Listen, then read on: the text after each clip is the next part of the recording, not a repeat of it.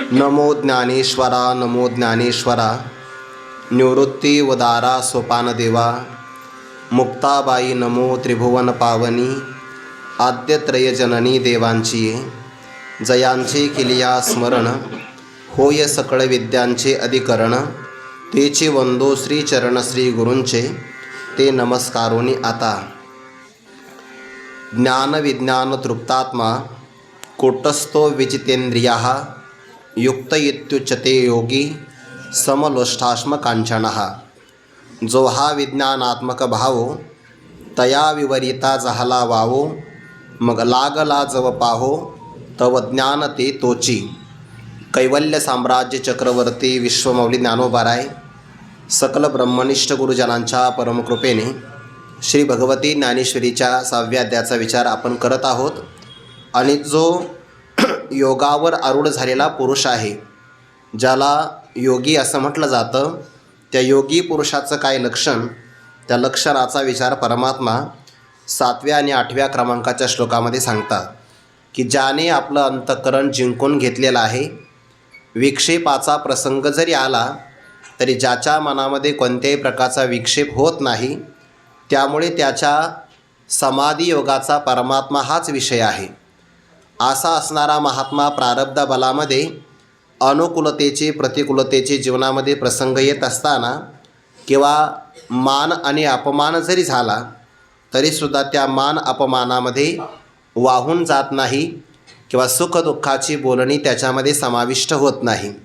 आणखीन तो कशा लक्षणाने संपन्न आहे, तर या 8व्या क्रमांकाच्या श्लोकामध्ये त्याची 4 प्रकारची लक्षणं सांगितली आहे। पहिलं लक्षण असं आहे, ज्ञान विज्ञान तृप्तात्मा कूटस्थः विजितेंद्रियः समलोष्ठाश्म कांचनः युक्त योगी इति उच्यते। तो कसा आहे म्हणे, ज्ञान विज्ञान तृप्तात्मा। या आत्मा शब्दाचा इथे प्रसंगवशामध्ये अंतःकरण असा अर्थ होतो, ज्याचं अंतःकरण तृप्त आहे। कशाने तृप्त आहे? भोगाने तृप्त आहे असं नाही अर्थ, त्याचं अंतःकरण ज्ञान विज्ञानाने तृप्त आहे। आता आपल्याला जो अभिप्रेत अर्थ आहे ना विज्ञान शब्दाचा, तो विज्ञान शब्दाचा इथे अभिप्रेत अर्थ घेऊन चालणार नाही। सामान्यपणे विज्ञान असा अर्थ आपल्यासमोर आला शब्द की आपल्याला एकतर कला वाणिज्य विज्ञान असं आपल्या डोळ्यासमोर येतं, किंवा त्याला आपण इंग्रजी भाषेमध्ये सायन्स म्हणतो। तर तो विज्ञान शब्दाचा इथे अभिप्रेत अर्थ नाही आहे। इथे पारिभाषिक शब्दाचा अर्थ जो आपल्या अंतःकरणात आहे तो अर्थ घेऊन अर्थ लागणार नाही। मग अर्थ कोणता करायचा? आता इथे आचार्यांचं असणारं म्हणणं वेगळं आहे आणि ज्ञानोबाऱ्यांचं त्या अनुषंगाने म्हणणं वेगळं आहे। काय म्हणणं आहे? ज्ञान शब्दाचा पहिला अर्थ असा होतो की मानवी बुद्धीला जे कळत नाही, ज्ञान व्हायचं आहे ना, मानवी बुद्धीला जे कळत नाही त्या असणाऱ्या पदाचं ज्ञान करून देणं, हे करू शकतं काम शास्त्र। अज्ञात ज्ञापकत्वम शास्त्रस्य शास्त्रत्वम। जे मानवी बुद्धीला कळत नाही ते कळवून देण्याचं सामर्थ्य ज्यामध्ये असतं त्याला म्हणतात शास्त्र। आणि शास्त्राने ज्याचं प्रतिपादन केलेलं आहे त्याला ते शास्त्राचं तात्पर्य कळालं की त्याला म्हणतात ज्ञान। म्हणजे शास्त्राने ज्या ज्या पदाचा अर्थ आपल्याला सांगितला त्या पदाच्या अर्थाचं ज्ञान झालं की त्याला ज्ञान म्हणायचं। आणि जे जे शास्त्राने प्रतिपादन केलं त्याचा आपल्या अंतःकरणामध्ये प्रत्यक्ष अनुभव आला की त्याला म्हणतात विज्ञान। म्हणजे ज्ञान शब्दाचा आपण परोक्ष ज्ञान असा अर्थ घ्यायचा आणि विज्ञान शब्दाचा अपरोक्ष ज्ञान असा अर्थ घ्यायचा। या ज्ञान आणि विज्ञानाच्या द्वारे परोक्ष ज्ञान आणि अपरोक्ष ज्ञान, ज्याला दुसऱ्या भाषेमध्ये अप्रत्यक्ष ज्ञान आणि प्रत्यक्ष ज्ञान असे 2 शब्द आहे बरं। थोडासा गोंधळ होतो बऱ्याचदा या ठिकाणी। परोक्ष ज्ञानाला अप्रत्यक्ष ज्ञान म्हणतात आणि अपरोक्ष ज्ञानाला प्रत्यक्ष ज्ञान म्हणतात। व्यवहारामध्ये हे शब्द वेगळे वापरले जातात। अरे तुझी मी परोक्ष स्तुती केली, त्याला वाटतं समोरासमोरच केली की काय, तर त्या परोक्ष शब्दाचा अप्रत्यक्ष असा अर्थ होतो, पण व्यवहारात अर्थ वेगळा घेतला जातो, तो भाग सोडून द्या। किंवा आपण इथे अध्यात्मामध्ये पाहतो सच्चिदानंद ब्रह्म आहे असं कळालं की ते ब्रह्माचं परोक्ष ज्ञान आहे. आणि तेच ब्रह्म मी आहे असा भाव जर आला की ते अपरोक्ष ज्ञान आहे. म्हणून ज्याचं प्रत्यक्ष आणि अप्रत्यक्ष किंवा परोक्ष ज्ञान किंवा अपरोक्ष ज्ञान यामुळे ज्याचं अंतःकरण तृप्त आहे. तृप्त आहे म्हणजे जसा एखादा मनुष्य भोजन करताना तृप्त झाला तर त्याचं पहिलं लक्षण आहे त्याला ढेकर येतो. म्हणजे एक आला तर थांबलं पाहिजे असा नियम आहे जेवणाचा. कारण आपल्या उदरामध्ये वायू असतो आणि जसं जसं आपण अन्न त्यामध्ये भरतो तसा तसा तो वायू वरती येण्याचा प्रयत्न करतो. सामान्यपणे एखादा घट असेल त्यामध्ये पोकळी आणि वायू असतो. पाणी भरलं की तो वायू बाहेर येतो, कळत नाही आपल्याला. पण आपल्या उदरामध्ये असणारी जागा, त्यामध्ये असणारा वायू, आपण अन्न भरलं आणि नियम असा आहे की आपल्या उदराचे 4 भाग करावे मनातल्या मनात. त्यापैकी 2 भाग जे आहे ते अन्नाने भरावे, 1 भाग जो आहे तो पाण्यासाठी ठेवावा आणि 4था भाग आहे वायू संचरणार्थम, वायूला जाणं आणि येणं घडावं यासाठी ती जागा रिकामी ठेवावी. पण जेव्हा उदराचे 2 भाग, अर्धा भाग भरला जातो त्या उदरस्थ असणारा वायू वरती येतो आणि त्याला ढेकर म्हणतात. म्हणजे अर्ध पोट भरलं तर 1 ढेकर येतो. एखादा म्हणला नाही नाही अजून थोडंसं वाढा मला, पण त्याने 3रा भाग जर भरला उदराचा 2रा ढेकर येतो. म्हणजे पाण्याकरता आता जागा शिल्लक नाही. मग काही माणसं म्हणतात अशी संधी परत येणार आहे का? येणार नाही. मग 4थाही भाग आज भरूनच घेऊ की वायूला जागा नाही ठेवते तेव्हा 3रा ढेकर येतो. आणि काही माणसं तोपर्यंत थांबतात बघा, असा त्याचा अर्थ नाही बरं. तृप्त झाला की जसं त्याची अलम भावना होते तसं आता मला काही नको. जेवताना व्यक्ती तृप्त झाला की पुरे म्हणालो तो वरी, तो अपेक्षा करत नाही. तसं प्रत्यक्ष ब्रह्माचं ज्ञान झालं की बस आता या पलीकडे जगतामध्ये काहीही जाणण्यासारखं नाही, म्हणून त्याचं अंतःकरण तृप्त असतं. आणि दुसरा अर्थ सांगतो, व्यवहारातलं कितीही ज्ञान संपादन केलं तर मनुष्याचं अंतःकरण कधीच तृप्त होऊ शकत नाही. जर अंतःकरण तृप्त व्हायचं असेल तर त्याला अध्यात्मज्ञानच असावं लागेल, दुसरा त्याचा कोणताही भाग नाही. ब्रह्मज्ञान झालं बस आता जगामध्ये जाणण्यासारखं काहीच नाही. ज्ञान विज्ञान तृप्तात्मा, तृप्ती झाली आज ऐसी, साधने सरती अपैसी, देखे आत्मतुष्टी तैसी कर्मे नाही. ज्ञान विज्ञानामुळे ज्याचं अंतःकरण म्हणजे आत्मा तृप्त झालेला आहे. कूटस्थहा, कूटस्थ म्हणजे त्या सोनाराकडे ऐरणी असते. सोनाराची पण ऐरणच आहे, लोहाराची पण ऐरणच आहे, पण दोघांमध्ये फरक आहे.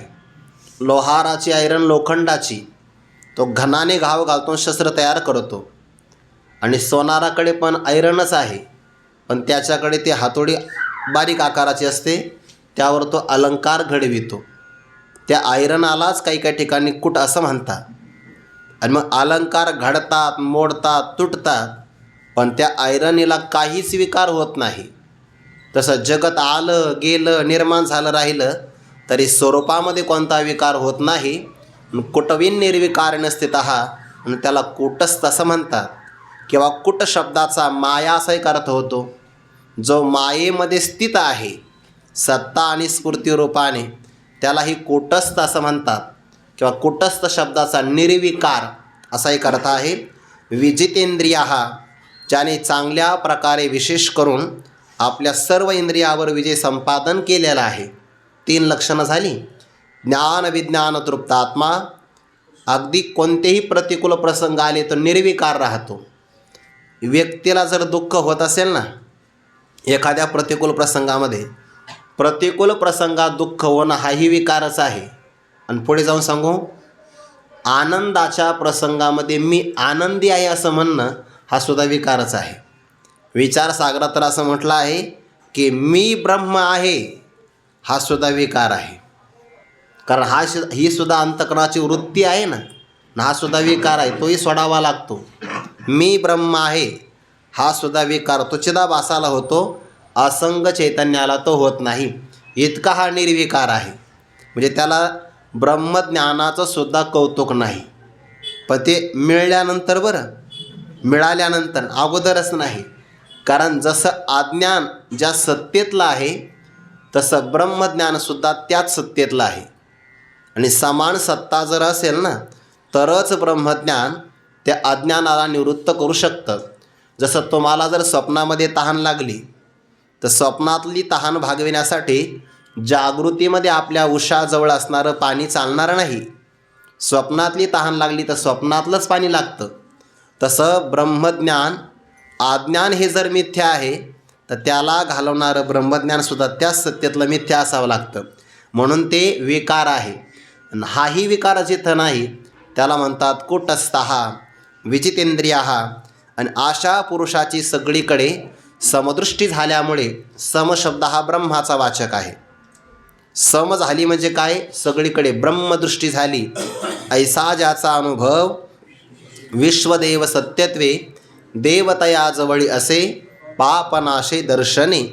त्याच्या जवळ देव आहे किंबहुना तोच देव आहे आणि त्याचं दर्शन जरी झालं तर पाप नष्ट होतात. अशा महापुरुषाच्या समोर लोष्ट म्हणजे मातीचा ढेकूळ, अश्म म्हणजे दगड आणि कांचन म्हणजे सोनं. आता ज्ञानोबाने यामध्ये परिष्कार केला बरं. आता भगवंताने फक्त सोनं सांगितलं, ते किती सांगायचं हे नाही सांगितलं, ते ज्ञानोबाने घेतलं आहे. दृष्टांतामध्ये आपण पाहू ते. पण त्याला मातीचा ढेकूळ, दगड आणि सोनं हे सगळे समान वाटतात. तुम्हाला असं वाटेल महात्म्याला माती माती रूपाने कळत नसेल, सोनं सोनं रूपाने कळत नसेल, असा अर्थ नाही आहे. सोनं सोनं रूपानेच कळतं, माती माती रूपानेच कळते, दगड दगडाच्याच रूपाने कळतो. मग फरक काय आहे? किंमत सगळीकडे समान आहे. सामान्य पुरुषाला जर माती मिळाली तर काहीच वाटत नाही. दगड मिळाला तर तो घेऊन जातो घरी, पाया भरणील कामं येईल आपल्याला बांधकामासाठी. आणि सोनं मिळालं तर दुसऱ्याचं जरी मिळालं तर माणसं जीव देतात. सोन्यावर आसक्ती आहे. 3 प्रकारचे भाव आहेत ना. सोन्यावर आसक्ती आहे, मातीच्या विषयी उदास आहे, जास्त काही त्याला आकर्षण नाही, दगडाच्या विषयी थोडासा मोह आहे. पण सोन्याच्या बाबतीमध्ये प्राण गेला तरी चालेल पण सोनं सोडणार नाही. हे सामान्य पुरुष आहे, त्याची विषमदृष्टी आहे. आणि ज्ञानी पुरुषाच्या दृष्टिकोनातून सोने आणि माती आम्हा समानही चित्ती. आमच्या मनामध्ये सोनंही त्याच किमतीचं आणि मातीसुद्धा त्याच किमतीची. माती, सोनं आणि दगड ज्याला समान ब्रह्मदृष्टी वाटते आहे, सगळ्याचं अधिष्ठान ब्रह्मच आहे म्हणून समदृष्टी. विजितेंद्रियाः, इंद्रियाला जिंकून घेतला आहे, निर्विकार आहे. आणि ज्ञान विज्ञानाने ज्याचं अंतःकरण तृप्त झालं, आता या पलीकडे काही जाणण्यासारखंच नाही, असा जेव्हा तो महात्मा होतो तेव्हा तो युक्त योगी असं त्याला म्हटलं जातं. यावर आता ज्ञानोबांचं स्पष्टीकरण पाहण्यासारखं आहे. जो हा विज्ञानात्मक भावो तया विवरिता झाला वावो, मग लागला जम पाहो तव ज्ञानते तोची. आता व्यापक की एक दिशी ओहा पोही जे ऐसी, ते करावी ठेली आपैसी दुजे नवीन. ऐसा शरीरीची परी कौतुके, परब्रह्माचे निपाडे तुके. जेने जिंतिले एकी इंद्रिये गा, तो जितेंद्रिय सहजे, तोच योगयुक्त म्हणजे. जेने साने थोर नेनिजे कवणे काळी. या 4 ओव्यांचा एकत्र विचार आहे. कारण तोपर्यंत अर्थच लागत नाही या सगळ्यांचा. सगळ्या ओव्या एकमेकामध्ये गुंफलेल्या आहे, साखळीप्रमाणे किंवा फुलाच्या हाराप्रमाणे. यातला एक धागा समान आहे. आता परमात्म प्राप्तीकरता जेव्हा साधक निघतो, त्या साधकाच्या समोर अनेक प्रकारची साधनं येतात ना. व्यवहारातलं उदाहरण आहे, एखाद्या गावाला जर आपल्याला जायचं असेल तर आपल्या डोळ्यासमोर अनेक प्रकारचे साधनं येतात. काही माणसं पायी जातात, काही व्यक्तिमत्व वाहनाने जातात, काही जलमार्ग, लोहमार्ग आणि आकाशमार्गाने पण जातात की नाही. मग आता त्याच्यामध्ये फरक आहे. प्रत्येकात वेळ लागू शकतो.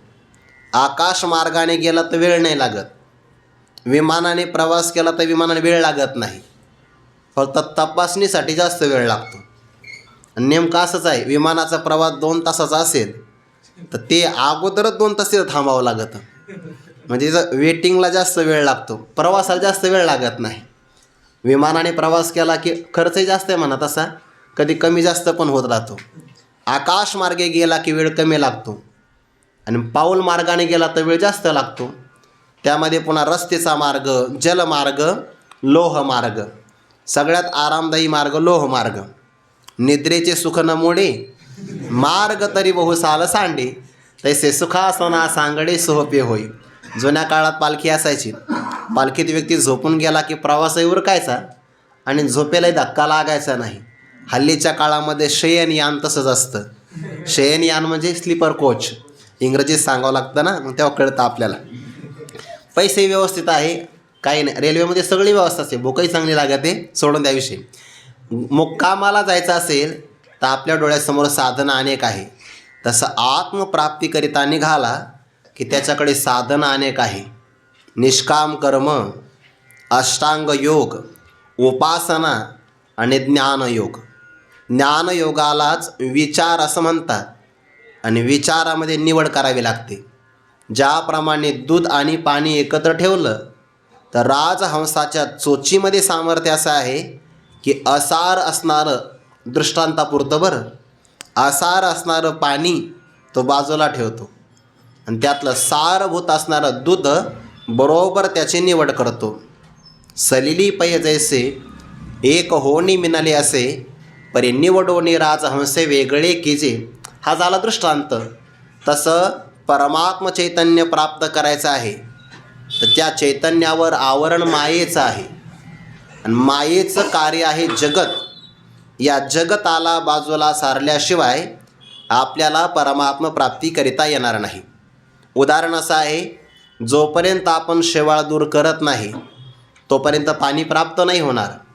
ढगांचा पडदा दूर करत नाही, सूर्यदर्शन होणार नाही.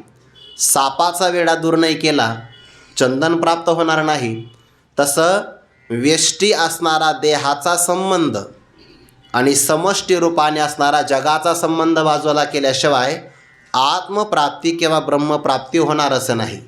आणि यांना बाजूला सारण्यासाठी विचार करावा लागतो आणि विचार केल्यानंतर तैसे विचारिता निरसले, ते प्रपंच सहजे सांडवले, मग तत्वता तत्व उरले ज्ञानी यांसी.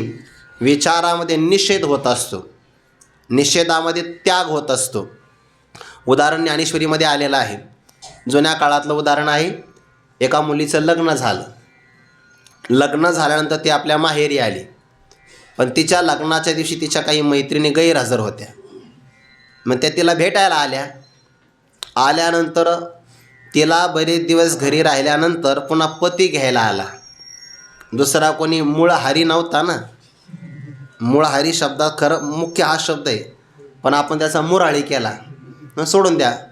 तर मूळ हरी दुसरा कोणी नसल्यामुळे तो पतीच घ्यायला आला. मग आता त्या पतीची सुद्धा त्या गावात ओळख होती, त्याचेही मित्र त्याला भेटायला आले आणि या मुलीच्या मैत्रिणीसुद्धा तिला भेटायला आल्या. समोरासमोर म्हणजे अंतरावर ते बसले आहे. आणि मग त्या मैत्रिणीने विचारलं, जुन्या काळात फोटो नव्हते त्यामुळे अगं तुझा पती आम्ही पाहिलाच नाही, समोर तर 5-6 पुरुष बसलेले आहे, यापैकी नेमका तुझा पती कोणता आहे असं तिला विचारलं. आणि मग तिने सांगायला सुरुवात केलं, तो पहिल्या क्रमांकाचा आहे ना, तो माझा पती नाही. असं करता करता तिने 5 जणांचा निषेध केला, व्यावृत्ती केली आणि 6ष्टम क्रमांकाला बसलेला, त्या 5-6 जणांमध्ये 6व्या क्रमांकाला बसलेला जेव्हा तिचा पती समोर आला, परिचय देण्याचा प्रसंग आला, तेव्हा ती लाजली. म्हणून म्हणलं हे जुन्या काळातलं उदाहरण आहे. तिला संकोच वाटला की आपल्या पतीचं प्रत्यक्ष नाव कसं घ्यावं. तिने मौन धारण केलं. पण तिचं न बोलणं, मौन असतानासुद्धा बाकी सगळ्या मैत्रिणीला कळालं की हाच हिचा पती आहे. निश्चय का झाला? कारण 5 जणांचा निराश केला होता. जैसे न सांगणे वरी बाळा पती शिरूप करी, बोल निमालेपणे विवरी अचर्चाते. तसं जेव्हा हा महात्मा विचार करतो की नाही तेव्हा विज्ञानात्मक भावो, इथे विज्ञान शब्दाचा अर्थ होतो प्रपंच. बरं, 7व्या अध्यायामध्ये ज्ञानाची व्याख्या येते, विज्ञानाची व्याख्या येते आणि अज्ञानाची सुद्धा व्याख्या येते. फक्त संदर्भ देऊन पुढे जातो. ज्ञानोबा म्हणतात, ज्या स्वरूपाच्या समोर जाणीव प्रवेश करत नाही, तर्क बळ धरत नाही, विचार मागच्या मागं निघून जातो, अशा आपल्या स्वरूपभूत चैतन्य ज्ञानाला ज्ञान म्हणतात. तैसे जाणीव चेतन रिगे, विचार मागोता पाऊली निगे, तर्क आईनी नेगे अंगी जयाच्या अर्जुना, तया नाव ज्ञान, त्याला म्हणतात ज्ञान. येर प्रपंच हे विज्ञान. ज्ञानोबराय प्रपंचाला विज्ञान म्हणतात बरं. आणि प्रपंचाच्या ठिकाणी सत्यबुद्धी असणं याला अज्ञान म्हणतात. प्रपंच हे विज्ञान, ते तर प्रपंच हे विज्ञान, सत्यबुद्धी ते अज्ञान हे जाण. म्हणून जेव्हा विज्ञान शब्द ज्ञानेश्वरीमध्ये आला, तर तेव्हा त्या विज्ञान शब्दाचा अर्थ प्रपंच, संसार असा अर्थ करायचा. आणि मग हा मनुष्य किंवा साधक विचाराच्याद्वारे प्रपंचाला बाजूला सारतो आहे. जसं त्या स्त्रीने 5 प्रकारचे पुरुष बाजूला सारले, तसा हा विचार करणारा साधक स्थूल देहातला अन्नमय कोश, सूक्ष्म देहातला मनोमय प्राणमय विज्ञानमय कोश आणि कारण देहातला जो आनंदमय कोश, या पंचकोशाचा निराश करतो. पंचदशीमध्ये 3ऱ्या प्रकरणामध्ये याचा विचार आला. त्या शिष्याने विचारलं, महाराज तुम्ही पंचकोशापैकी एकालाही आत्मा म्हणत नाही आणि पंचकोशापैकी वेगळा कोणी अनुभवालाच येत नाही, आत्मा नाहीच. ते म्हणजे असं नाही म्हणता येत. पंचकोशापैकी कोणताही आत्मा नाही आम्हालाही मान्य आहे, पण ज्याच्यामुळे हे पंचकोश अनुभवाला येतात, जाणले जातात, अशा ज्ञानाला तुम्ही नाकारू शकत नाही. ज्याच्यामुळे हे अनुभवाला येतात ते ज्ञान मानावं लागतं की नाही. आणि जे ज्ञान अवशिष्ट राहतं त्या ज्ञानालाच आम्ही आत्मा असं म्हणतो. तो सगळं पंचदशीचं 3रं प्रकरण या एका ओवीमध्ये येतं. जो हा विज्ञानात्मक भावो, विज्ञानात्मक म्हणजे प्रपंचात्मक असणारा हा भाव पदार्थ, तया विवरिता, त्याचं विवरण केलं असता, विचार केला असता, झाला वावो. हा सगळा प्रपंच विचाराच्या समोर टिकत नाही, खोटा ठरतो. ज्या प्रपंचाला आपण खरं म्हणतो की नाही, तर त्या खऱ्याची एक कसोटी आहे. जे तिन्ही काळामध्ये राहतं त्याला खरं म्हणतात. म्हणजे एका काळात असतं 2 काळात नसतं, त्याला खोटं म्हणलं जातं. उदाहरण मृगजळाचं. दुपारी 12 वाजता फक्त दिसतं, सूर्योदयाला नाही आणि सूर्यास्ताला नाही. म्हणून मृगजळ दिसलं तरीसुद्धा ते खरं नाही, खोटंच आहे. म्हणजे 2 काळात नाही आणि एका काळात आहे, तर त्याला आपण खोटं म्हणतो. खऱ्याची व्याख्या काय? जे तिन्ही काळात आहे.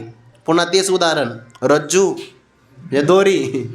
सर्प उत्पत्तीच्याही पूर्वी आहे, सर्पाचा नाश झाला बाद झाला तरी आहे, आणि ज्या काळात सर्प दिसला त्याही काळात रज्जूच आहे.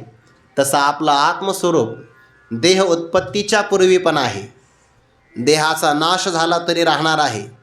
आणि देह ज्यावेळेस भासतो त्यावेळेससुद्धा मी आहे, मी आहे या रूपाने आपलं आहे हे स्वरूपच आहे.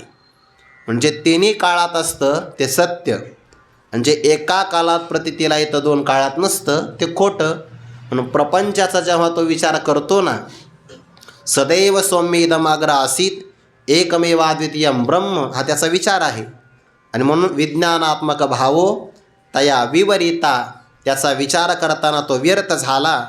मग लागला जम पाहो, पाहो लागला म्हणजे स्वतःचा विचार करू लागला. पाहणं शब्दाचा अर्थ आहे दर्शन, आणि दर्शन शब्दाचा अर्थ आहे ज्ञान.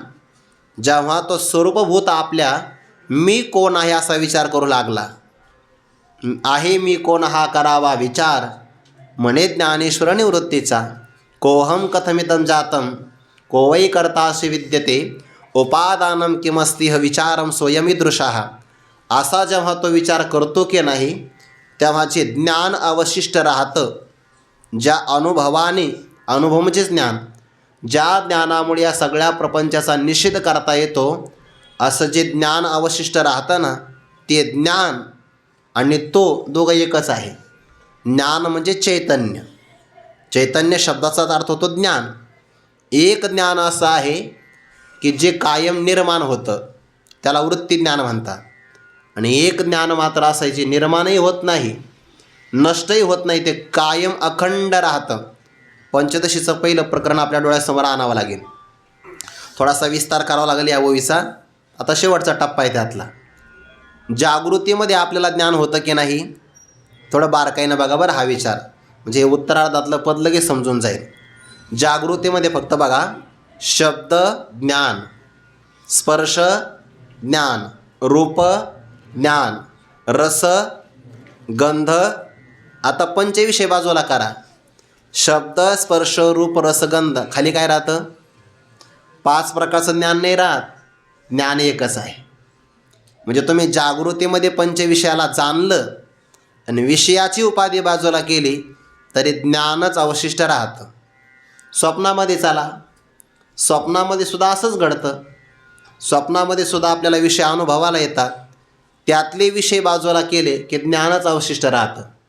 जागृतीतलं ज्ञान जसं पंचविषयामध्ये भेदाला प्राप्त नाही होत, एकच राहतं, तसं स्वप्नातलं सुद्धा ज्ञान विषय जरी बदलले तर ज्ञान एकच राहतं. आता थोडासा बारकाईने विचार करा. जागृत अवस्था आणि स्वप्न अवस्था या दोन्ही अवस्था जरी बदलल्या तरी ज्ञान नाही बदलत, ज्ञान अखंड एकच आहे. आणि सुषुप्ती अवस्थेमध्ये सुद्धा ज्ञान आहे आपल्याला. कसं?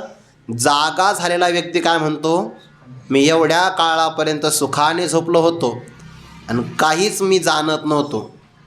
सुखाने झोपला हा अनुभव आहे, काहीच न जाणणं हे अज्ञान आहे, पण त्याने ते स्वप्नात सुषुप्ती अवस्थेमध्ये जाणलेलं आहे. म्हणजे जागृती, स्वप्न आणि सुषुप्ती या तिन्ही अवस्थेमध्ये विषय जरी बदलले तरी पण ज्ञान आणि ज्ञान एकच आहे. आणि या ज्ञानाला संवित म्हणतात. सम्यक प्रकारे जी सगळ्या पदार्थाला जाणते असं ज्ञान कोणत्या अवस्थेत नाही आहे, सगळ्या अवस्थेत. आणि जे ज्ञान आहे तेच आपलं स्वरूप आहे. आणि हे ज्ञान बदलत नाही बघा. एका दिवसाच्या 3 अवस्था आल्या तरी ज्ञान अखंड एकच आहे आपलं.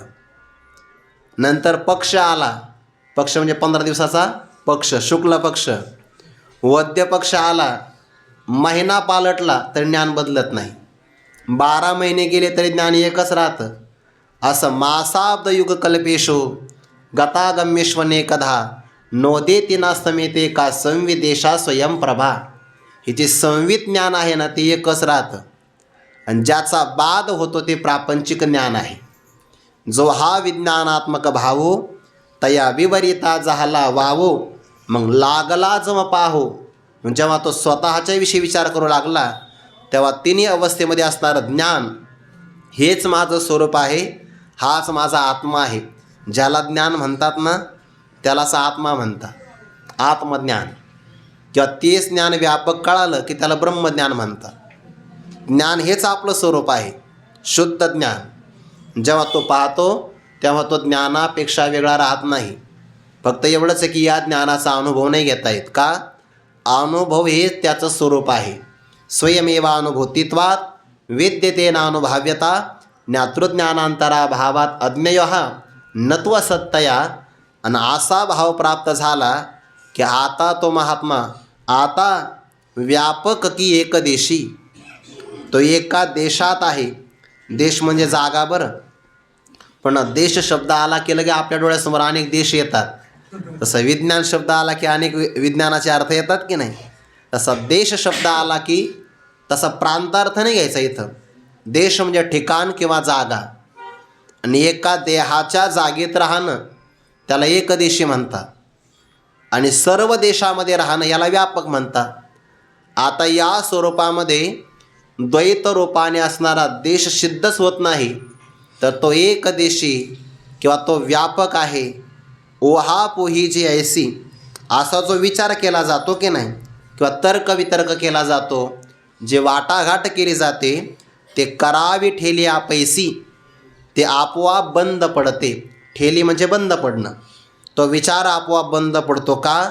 त्याचा हेतू दिला दुजे नवीन. दुजे म्हणजे द्वैत आणि दुजे नवीन म्हणजे द्वैता वाचून. आता कोणत्याही प्रकारचं द्वैतच राहिलं नाही. द्वैत जर असेल ना तर एकदेशी असा विचार करावा लागतो. आणि एकदेशी आला की तत्सापेक्ष व्यापक असाही विचार करावा लागतो. पण द्वैतच राहिलं नाही. आता तो एकदेशी आहे का व्यापक आहे असा सापेक्ष विचार करता येत नाही. निरपेक्ष विचारामध्ये फक्त चैतन्य आहे. त्याला ती मर्यादित 3.5 हाताच्या देहात किंवा अखंड जगाला व्यापून व्यापक असा विचार राहत नाही, कारण द्वैतच राहत नाही. फक्त स्वरूप राहिलं, एक स्वरूप. त्या एका स्वरूपामध्ये सापेक्ष येणारा विचार राहत नसतो. गुरुवारी बाबा एक उदाहरण सांगत असतात. सापेक्ष विचार राहतो बघा, आणि तो अवलंबून असतो. एका गृहस्थाचं लग्न झालं तर त्याला पत्नी मिळाली. आतापर्यंत तो व्यक्ती होता. लग्न झाल्यामुळे पत्नी मिळाली. पत्नीच्या सापेक्ष त्याला पती असं नाव आपोआप आलं. आपोआप. त्याला काही कोणत्या शाळेत जावं लागत नाही पदवी घ्यायला, ते आपोआप मिळतं नाव. पत्नीच्या सापेक्ष त्याला पती असं नाव आलं. कालांतराने तिचं आयुष्य संपलं, पत्नी मरण पावली. पत्नी गेली निघून. आता पत्नी जाताना एकटी जात नाही, ती जाताना त्याचा पतीपणा घेऊन जाते. म्हणजे त्या व्यक्तीला आलेलं पतित्व हे सापेक्ष आहे. कोणावर तरी अवलंबून आहे, पत्नीवर अवलंबून आहे. बरोबर, हा विचार आहे. पण एका व्यक्तीचं आडनाव नवरे होतं. नवरे. आता त्याचं लग्न झालं, त्याला पतीपणा मिळाला, बायको मरण पावली, पतीपणा निघून गेला, पण नवरेपणा, त्याचं आडनावच नवरे आहे, ते जाऊ शकत नाही. तसं द्वैत आलं तर एकदेशी, द्वैत निघून गेलं की व्यापक. पण द्वैतच नाही तर एकदेशी आणि व्यापक परस्परावर अवलंबून असणारा सापेक्ष विचार करण्याची आता गरज नाही. आता व्यापक की एकदेशी ओहा पोही जे ऐसे ते करावे ठेले आपैसे दुजे नवीन. आणि हे जे मिळवलं ना त्याने, ही अवस्था, ही स्वरूपभूत अवस्था मिळवली, हे पुरुषार्थ आहे बघा. ऐसा शरीरीची परी कौतुके परब्रह्माचे नि पाडे तुके. तो किता तुळनेसी ब्रह्म तो कासे आले, तीच ओवी आहे. ऐसा शरीरीची, तो शरीरातच आहे. सप्तमी अधिकरण बरं या ओवीमध्ये. शरीरीची म्हणजे शरीरातच आहे, परंतु कौतुकाने नवल त्याचं असं आहे की शरीरात राहत असताना परब्रह्माचे नि पाडे तुके. पाडे म्हणजे योग्यता, आणि तुके म्हणजे तोलला जातो, तुल्य ठरतो. जसं परब्रह्म सच्चिदानंद स्वरूप आहे, तसा हा महात्मासुद्धा सच्चिदानंद स्वरूपच आहे. जसं परब्रह्म आनंदी आहे, आनंदी म्हणजे आनंद स्वरूप आहे, तसा हाही महात्मा कायमच आनंदी आहे. ज्या व्यक्तीच्या सुखाला समाधानाला कोणत्या विषयाचं आलंबन लागत नाही, आणि ज्याचा आनंद आपल्या आत्मस्वरूपावर अवलंबून आहे, तो देहात असतानाही परब्रह्मच आहे. तोची तो निवृत्ता समदृष्टी तत्वता हरिमने पंडुसता तोची ब्रह्म, तो ब्रह्मच आहे. कारण ब्रह्माचं सच्चिदानंद लक्षण हे त्याच्या जीवनात अनुभवाला येत आहे. ब्रह्म तरी सामान्य आहे, हा मात्र विशेष रूपाला प्राप्त झाला. परब्रह्माचे नि पाडे, पाडे म्हणजे तुलना, परब्रह्माच्या बरोबरीला येतो. पण कोण? जेने जिंतिले एके इंद्रिये गा. ज्याने एका पुरुषाने, ज्या एका पुरुषाने सगळ्या प्रकारचे आपले इंद्रिय जिंकून घेतले किंवा वशीभूत केले आहे, तो परब्रह्माच्या तुलनेला प्राप्त होतो. प्रपंच त्याच्यासाठी शिल्लक राहत नाही, निरपेक्ष भावाला तो प्राप्त होतो. आणि त्यालाच तो जितेंद्रिय सहजे, तोच योगयुक्त म्हणजे जेने साने थोरणे निजे कवने काळी. तोच जितेंद्रिय आहे आणि सहजे. बरं, सायास करावे लागले. स्वभावतः तो खऱ्या अर्थाने जितेंद्रिय आहे, ज्याने संपूर्ण संसार जिंकून घेतला आहे. ज्ञानोबारांची ओवी बघा, पाठीमागं गेली आपल्याला, की तो शरीरामध्ये राहत असताना म्हणजे अज्ञानाचे निदसुरे ज्याने जिंकून घेतलेले आहेत. संपूर्ण इंद्रिय, अंतकरण, संसाराला जिंकून घेणं म्हणजे संसारातल्या कोणत्याही विकाराच्या ताब्यात न जाणं, तो जितेंद्रिय आहे सहज. आणि त्यालाच खऱ्या अर्थाने योगयुक्त असं म्हटलं जातं. पण त्याची दृष्टी जी प्राप्त होते ब्रह्मज्ञानाने, त्या दृष्टीमध्ये साने म्हणजे लहान आणि थोर म्हणजे मोठं, कवने काळी नेणेजे, कोणत्याही काळामध्ये तो असा भेद करत नाही. सामान्यपणे जीवाकडे 5 प्रकारचे भेद असतात ना, जीव ईश्वराचा, जीव जीवाचा, जीव जडाचा, जड जडाचा आणि जड ईश्वराचा, असे 5 प्रकारचे भेद असतात. आणि श्री गुरूंचं हे कर्तव्य आहे की त्यांनी असं ज्ञान शिष्याला द्यावं की ज्यामुळे 5 प्रकारचा त्याचा भेद निराकरण व्हावा. सगळ्या प्रकारचा हा विचारसागरामध्ये 3ऱ्या तरंगात आला आहे. आता मला ते सगळे म्हणजे कोणत्या कोणत्या ठिकाणी ते आलं ते आता आठवतं आहे म्हणून सहज सांगतो. ते 5 प्रकारच्या भेदाचं युक्तिप्रयुक्तीने निराकरण करणं हे श्री गुरूंचं आद्य कर्तव्य आहे. जीवेश्वराचा भेद मान्य नाही आणि असेल मान्य तर त्याने जीव कधी सुखाला प्राप्त नाही होणार. जीव आणि ब्रह्म ऐक्य मान्य आहे आपल्याला. या सगळ्या भेदाचं निराकरण झालं पाहिजे. जेने साने थोर नेणेजे कवने काळी, लहान आणि मोठा हा आम्हाला मान्य होत नाही, म्हणजे भेद राहत नाही. तुकोबारायांकडे नजराना आला ना, बरं तो काही असं छत्रपती शिवाजी महाराजांना जगद्गुरू तुकोबारांनी अशी काही कार्यक्रम पत्रिका नव्हती पाठवली की बुवा आमच्याकडं सप्ताह आहे, तुमचे आदरणीय सन्माननीय उपस्थिती, असं काही नव्हतं. शिवाजी महाराजांनी स्वतःहून नजराना पाठवला, पण तुकोबारांनी उत्तर देताना काय दिलं? मुंगी आणि राव आम्हा सारेखाचे जीव. मुंगी असेल लहान आहे आकाराने आणि एखादा राव म्हणजे राजा असेल तरी पण त्यांच्यामध्ये असणारं चैतन्य आम्हाला समानच आहे. जेने साने थोर नेणेजे कवने काळी, कोणत्याही काळामध्ये लहान आणि मोठा असा भेद ते जाणतच नाही, असा भेद ते कधी करत नाही. आता यावर जे 8व्या श्लोकामध्ये एक पद आलं ना, समलोष्ठाश्म कांचनहा, तर यावर आता ज्ञानोबारे स्पष्टीकरण करतात पुढे. आता ज्ञानोबारीची गंमत आहे यामध्ये, ते मी अंतिम ओळीमध्ये सांगतो. आठवण करा. आपण आत्ताच विचार केला होता की भगवंताने समलोष्ठाश्म कांचनहा असं पद वापरलं, ज्याला मातीचा ढेकूळ, दगड आणि सोनं हे सगळं सारखं वाटतं, पण सोनंच घेतलं आहे. त्या सोन्याचा आकार नाही सांगितला किती सोनं. ज्ञानोबाने त्यामध्ये आकार सांगितला. आता किती सोनं बघा, सोनं ज्ञानोबाची श्रीमंती आहे. दृष्टांत जेव्हा द्यायचा की नाही तेव्हा ज्ञानोबारांची जी काही शक्ती आहे, कल्पनाशक्ती, ती अशी अगदी अल्प प्रमाणात नाही, उदार मनाने असते, मोकळी एकदम. मोठी झेप आहे ज्ञानोबारांची, गरुड झेप. दृष्टांत दिला मग सोनं सामान्य नाही आणलं, बघा केवढं आहे. देखे सोनं याचे निखळ, दृष्टांतात रमला तरी मनुष्य आनंदी होतो.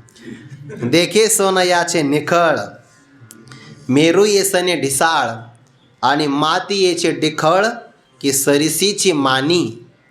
आता ज्ञानोबारांनी सोनं आणलं आहे. सोनं याचे निखळ, निखळ म्हणजे काय? शुद्ध 100 नंबरी सोनं ज्याला म्हणतात. 16वा कस लागलेला आहे आणि मग आसन 100 नंबरी सोनं 16व्या कसामध्ये उत्तीर्ण झालं असेल, पण कानातली बाळी नाही. मेरू येसने ढिसाळ, सगळ्यात मोठा पर्वत आहे मेरू पर्वत, आणि मेरू पर्वत आहे एवढं ढिसाळ म्हणजे मोठं. आता किती सोनं आहे मोजमाप करता येणार नाही. आपल्या गावातली टेकडी नाही किंवा हिमालय पर्वतही नाही. या सगळ्या ब्रह्मांडाला आधार जो पर्वत आहे त्याला मेरू पर्वत असं म्हणतात. 12व्या अध्यायामध्ये आले बघा, दक्षिण उत्तर मारुता, मेरू जैसा पंडुसुता. दक्षिणेकडून वारं वाहू द्या नाहीतर उत्तर दिशेला वारं वाहू द्या, त्या पर्वताला धक्कासुद्धा लागत नाही. त्याला म्हणतात मेरू पर्वत.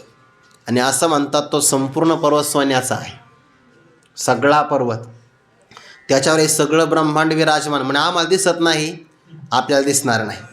पृथ्वीमध्ये 7 पाताळ आणि वरचे असणारे 7 भुवन, हे 14 भुवनाचं एक ब्रह्मांड असतं.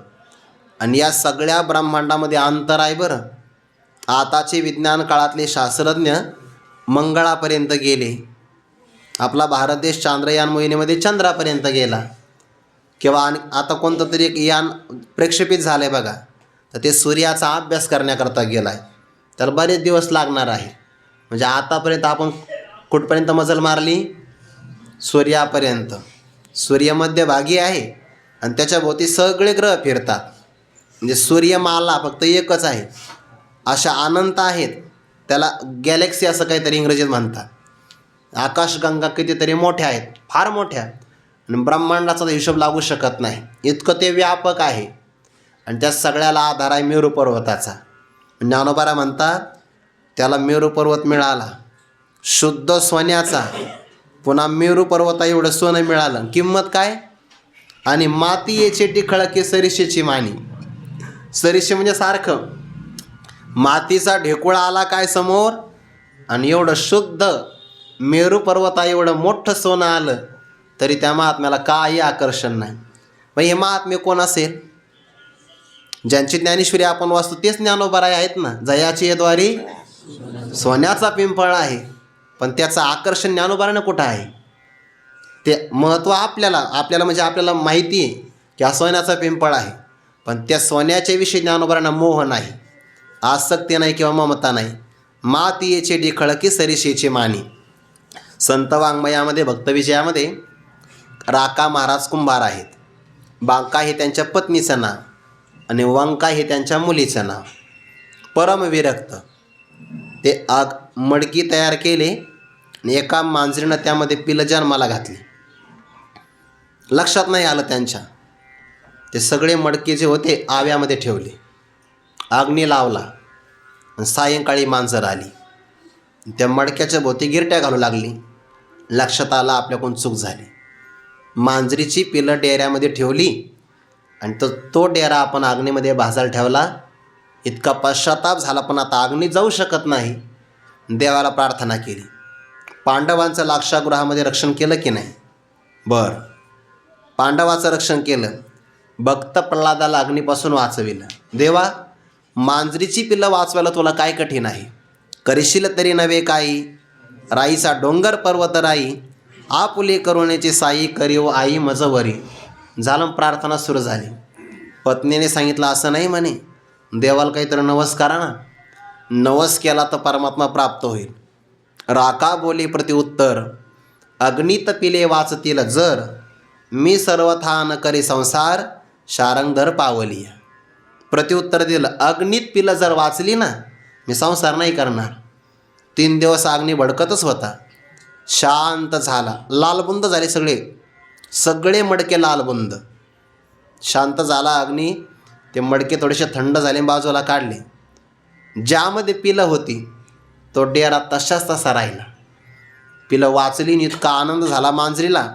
तो आनंद पाहिला की यांनाही आनंद झाला. 3 दिवसापर्यंत यांनी काही अन्नभक्षण केलंच नव्हतं, पण मग नवस केला होता ना, अग्नीत जर पिलं वाचली तर मी संसार नाही करणार. घरातलं सगळे पदार्थ वाटून दिले आणि विरक्त जीवन जगू लागले. मग आता काय करायचं? जंगलात जायचं, वाळी लाकडं आणायची, झाडावरची तोडायची नाही, जे खाली पडलेली आहे ती गोळा करायची. त्यातही पुन्हा 2 सारखे लाकडं जर असेल त्याने गोळा करायचे. न जाणो एखाद्याने ते लावली असेल रांगेमध्ये, कोणीतरी गोळा करत असेल, मग त्याची नाही घ्यायची. नवीन कपडे, एका कपडे शिवणाऱ्या व्यक्तीकडे कपड्याची याचना केली तर तो टाकून बोलला.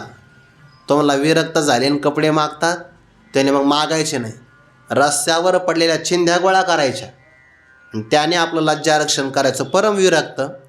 एकदा त्यांची मुलगी स्नानाला गेली चंद्रभागेला. तिथं नामदेवरायांची कन्या पण कपडे धुवायला आली होती. आता ती कपडे धुता ती मुलगी, तिने कपडे आदळले. वंका बोले तिचं लागोनी, हळूची आपटे व साजनी, स्नान करोनी मी मानसपूजनी बैसले. अगं बाई, हळूच कपडे आदळ, आपट, मी देवाचं मानसपूजन करत आहे. ते नामदेवरायांची मुलगी. राग आला. म्हणे आहे स्वतः कुंभार आणि तो एवढी पूजा करते का म्हणे. झाले मुलीचे भांडणं सुरू, घेणं देणं. नामदेवरायांची मुलगी म्हणाली तुझा बाप विरक्त म्हणतो आणि सगळा भार देवावर घातला. ती खमंग होती. ते म्हणे आणि तुझा बाप तर देवाजवळ रडतो म्हणे. झाले भांडणं सुरू. शहाण्या माणसाने महिलांच्या भांडणात पडू नये म्हणे. त्यांच्यामध्ये जर पडला ना तर ते भांडणं सोडून देतात आणि जो पडला त्याच्यावर भांडतात. शहाण्या माणसाने भांडणात पडू नये. नामदेवरायांची पत्नी मुलगी हा असा शब्द वापरला की डोकं फोडून घेतात म्हणे तुझा बाप, असे ते शब्द वापरले. नामदेवरायांची कन्या माघारी आली. तिने वडिलांना सांगितलं तुम्हाला ते असं म्हटली म्हणे मुलगी. असं बरं. निघाले. देवाला विचारलं खरं सांग बरं देवा, ती विरक्त आहे, निष्काम आहे म्हणे. हो. म्हणून परीक्षा पाहिजे. मग रुक्मिणी माता, भगवान परमात्मा आणि नामदेवराय जंगलात गेले आणि ज्या रुक्मिणी मातेच्या हातात त्या सुवर्ण कंकलाला ब्रह्मदेव सुद्धा निर्माण करू शकणार नाही असं कंकण टाकलं रस्त्यावर. राका महाराजांनी पाहिलं आणि धर्मपत्नीला सांगितलं याच्यावर जे लाकूड पडलंय ना, लाकूड सोन्याच्या कंकणावर, ते सुद्धा गोळा करायचं नाही. म्हण का? अगं त्याला या घाणीचा स्पर्श झालाय म्हणे सोन्याचा. देखे सोनं याचे निखळ आणि मेरू येसने ढिसाळ, माती येचे डिखळ की सरीशीचे मानी. वंका नावाची त्यांची मुलगी मागं होती. तिने पाहिलं आपले आईवडील कुठंतरी थांबले तिथं. ती जवळ आली आणि तिने ते पाहिलं. याने तोपर्यंत माती टाकली होती त्याच्यावर की आपल्या मुलीला मोह निर्माण होणे म्हणून. मग आता एखादं काम असं केलं तर मुलीला कौतुक निर्माण झालं. तिने ते काडीने माती बाजूला सारली, सुवर्ण कंकण दिसलं. तिथंच रडायला सुरुवात केली ना. आईवडील माघारी आले. पण बाळा काय झालं म्हणे, मी करंटी आहे, मी दुर्दैवी आहे, तुमच्यासारख्या आईवडिलांच्या पोटी माझा जन्म झाला, मी करंटी. म्हणे काय झालं, अजूनही तुम्हाला सोनं आणि माती यातला फरक वाटतोय म्हणे. तुम्ही मातीवरच माती टाकली ना म्हणे. काय अधिकार असेल? इथं भांडणं होतात सोन्यासाठी. देखे सोनं याचे निखळ, मेरू येसने ढिसाळ आणि माती येचे डिखळ की सरिषेचे मानी. म्हणून तयाच्या ठाई शेना सोन या विशेष नाही. रत्नागुंडिया काही नेनेचे भेद. त्याच्या ठिकाणी समलोष्टाश्म कांचन 14व्या अध्यायात पण पद आलेलं आहे. म्हणजे शेण असेल, सोनं असेल, यात काही विशेष नाही. रत्न असेल, गुंड असेल, त्याच्यातलं ते भेद जाणत नाही. पाहता पृथ्वीचे मोल थोडे, ऐसे अनर्घ्य रत्न चोखडे. देखे दगडाचे नि पाडेंनी चाडायचा. आता ज्ञानोबारांनी दगड आणि रत्न यांची तुलना केली बरं. ही गंमत आहे या ओवीतली. पाहता पृथ्वीचं, संपूर्ण पृथ्वीचं मोलसुद्धा कमी भरेल असं एखादं अनर्घ्य म्हणजे मौल्यवान रत्न, चोखडे शुद्ध रत्न मिळालं आणि ते रत्न ज्याला अंतकणात कामना नाही त्याला निचाड म्हणतात. तो कसं पाहतो? देखे दगडाचे नि पाडे, दगडाच्या तुलनेनं पाहतो. म्हणजे दगड आणि पृथ्वीची किंमत होईल असं असणारं मौल्यवान रत्नसुद्धा समान मानतो. परिसा भागवतांनी रुक्मिणी मातेची आराधना केली आणि विचारलं रुक्मिणी मातेनं काय पाहिजे. म्हणे आई तुझी सेवा घडावी आणि संसारातला उद्वेग नसावा पाठीमागं, नाहीतर भजन होत नाही. रुक्मिणी मातेने परीस दिला. घरी आले लोखंडाला लावला, तळघरात नेऊन ठेवला परीस. दररोज सोनं विकायची, पक्वान न खायचे आणि बाहेर दाखवायचे आम्ही विरक्त आहे. एक दिवशी नामदेवरायांची धर्मपत्नी राजाबाई कपडे धुण्याकरता आल्या आणि भागवतांची धर्मपत्नी कमळच्या ती पण आली. आणि मग बायामध्ये संवाद होतो तर प्रपंचाच्या गोष्टी निघतात. आणि तुमचं बरं आहे बोई, तुमचे मालक लक्ष देतात, आमचे लक्ष देत नाही, लय अडचणी आम्हाला. मग ती कमळच्या म्हणे मी तुला अडचणीतून सोडवते. घरी घेऊन गेली, परिसाचं महत्त्व सांगितलं. एका दिवसाकरता देते, लगेच माघारी आणून दे. नामदेवरायांच्या धर्मपत्नीनं ते घेतलं. आता घरी आलं तर लोखंडही नव्हतंच ना, पण जे साहित्य असेल शिंपी असल्यामुळे त्याला लावलं, झालं सोनं. आता नामदेवरायांची येण्याची वेळ झाली. सोनं विकलं, बाजारातून स्वयंपाक केला. नामदेवराय घरी आले. म्हणे बहुतेक आपलं घर चुकलं वाटतं. मग का? एवढा सुंदर स्वयंपाक आपल्या घरी नसतो. चालले माघारी. आपलंच घर आहे बसा जेवायला. आणि एवढे पदार्थ आणले कुठून? गप खा ना म्हणे. तुम्हाला कशाला चौकशी करायची? नाही खरं सांग म्हणे हे कोणी आणलं. मग त्यांनी खरं सांगितलं. कोणी म्हणे परीस घेतला, चंद्रभागेच्या डोळ्यात टाकला, गेले भजनाला निघून. तिकडे परिसा भागवत आली. पत्नीला विचारला आपला परीस नामदेवरायांच्या घरी पाठवला. नामदेवरायांच्या पत्नीला विचारला अगो म्हणे यांनी चंद्रभागेच्या वाळवंटात टाकलाय म्हणे डोहात. हां द्यायचा नाही म्हणे तुम्हाला, म्हणून सांगतात की चंद्रभागेच्या डोहात टाकला, द्यायचा नाही. सगळं गाव जमा केलं. नामदेवराय म्हणे अहो खरंच मी टाकलंच तिथं. नाही म्हणे खोटं बोलता. चंद्रभागेच्या डोहात गेले नामदेवरायांनी बुडी मारली आणि ओंजळभर खडे आणले वाळूची. आणि यातला तुमचा परीस कोणता आहे? म्हणजे यातला आणि परीस. अहो हे वाळूचे खडे. परिसाचं काय महत्त्व आहे? लोखंडाला लागलं की सोनं होतं. एका मनुष्याच्या जानव्याला चावी होती. काही लोक बांधतात बघा. त्याने ती चावी लावली एका खड्याला आणि झाली चावी सोन्याची. महाराज ते पाहिलं लोक थांबलेच नाही. लोक लगेच गावात घरी गेले. नांगराचा फाळ घेऊन यायचा म्हणे. एकदा सोनं झालं की आपल्या जीवनाचं कल्याण. तोपर्यंत नामदेवरायांनी ते टाकून दिले. परिसाची किंमत किती मोठी आहे? पाहता पृथ्वीचे मोल थोडे, ऐसे अनर्घ्य रत्न चोखडे, देखे दगडाचे पाळीने साडायचा. परिसा भागवत शरण आले बघा. त्यांनी आरती केली आहे नामदेवरायांची. परिस वाळवंट केले सगळं. हे त्यांचं महत्त्व कळाल्यामुळे शरणागत झाले. त्यांनी पण ती कामना सोडून दिली. आणखीन काही चिंतन आहे या महापुरुषाचं. ते 9व्या श्लोकामध्ये गोड चिंतन. तो विचार आपण उद्या पाहू. पुंडलिक वरदा हरी विठ्ठल श्री ज्ञानदेव तुकाराम माऊली ज्ञानेश्वर महाराज की जय. जगद्गुरु तुकाराम महाराज की जय. सद्गुरु जोग महाराज की जय.